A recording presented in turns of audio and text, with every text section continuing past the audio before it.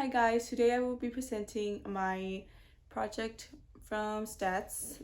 My question is this one. Did Mr. Starnes stack his class? I'm gonna go ahead and read the question so you guys know more about it. I'm gonna give you some context. Okay, so Mr. Starnes teaches AP Statistics, but he also does the class scheduling for the high school. There are two AP Statistics classes, one taught by Mr. Starnes and another one taught by Ms. McGrail. The two teachers give the same first test to their class and grade the test together. Mr. Starnes' students earned an average score that was 8 points higher than the average of Ms. McGrail's class. Ms. McGrail wonders whether Mr. Starnes might have adjusted the class rosters from the computer scheduling program. In other words, she thinks he might have stacked his class. He denies this, of course.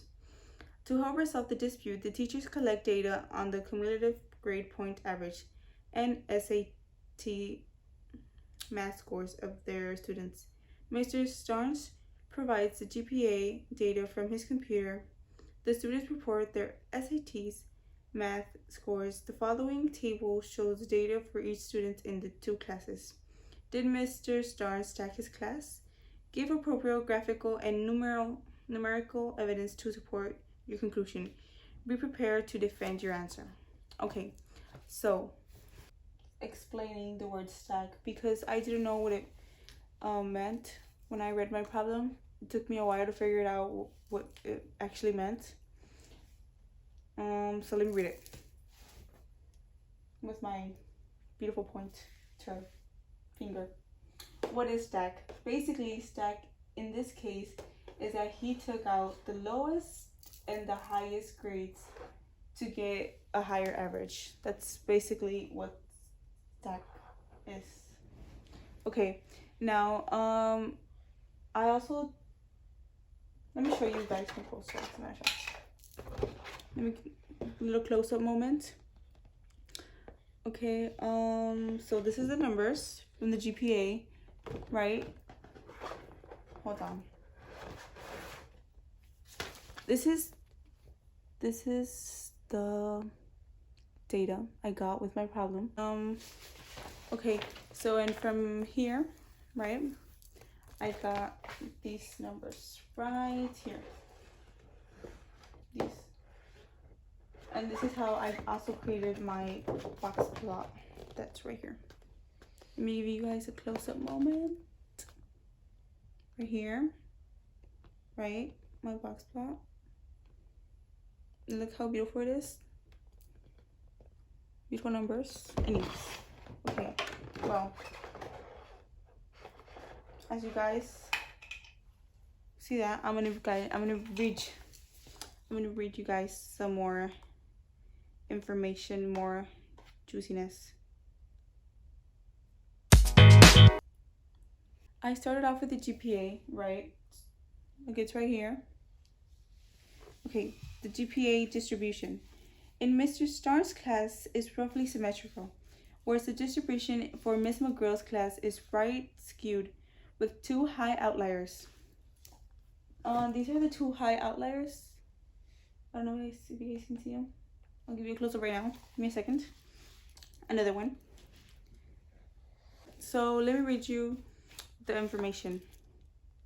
The GPA distribution in Mr. Starnes' class is roughly symmetrical, whereas the distribution from Ms. McGrail's class is right skewed with two high outliers, which this would be the outliers.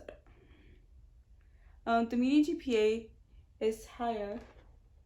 The median GPA is higher in Mr. Starnes' class, even though the range of GPA is about the same for students in both classes. The IQR is much larger for students in Mr. Starnes' classes, most because of the value Q3 is much higher for Mr. Starnes' class, because the median and the third quartile of the distribution of the GPA in Mr. Starnes' class are much higher than in Mrs. McGrail's class. There is evidence that he stacked his class. Okay, So, just by the GPA, we found out that he did stack his class. Okay, so now I want to go over the SAT. So again, from this data, this one to be exact, right? From the data, I got all these beautiful numbers and my beautiful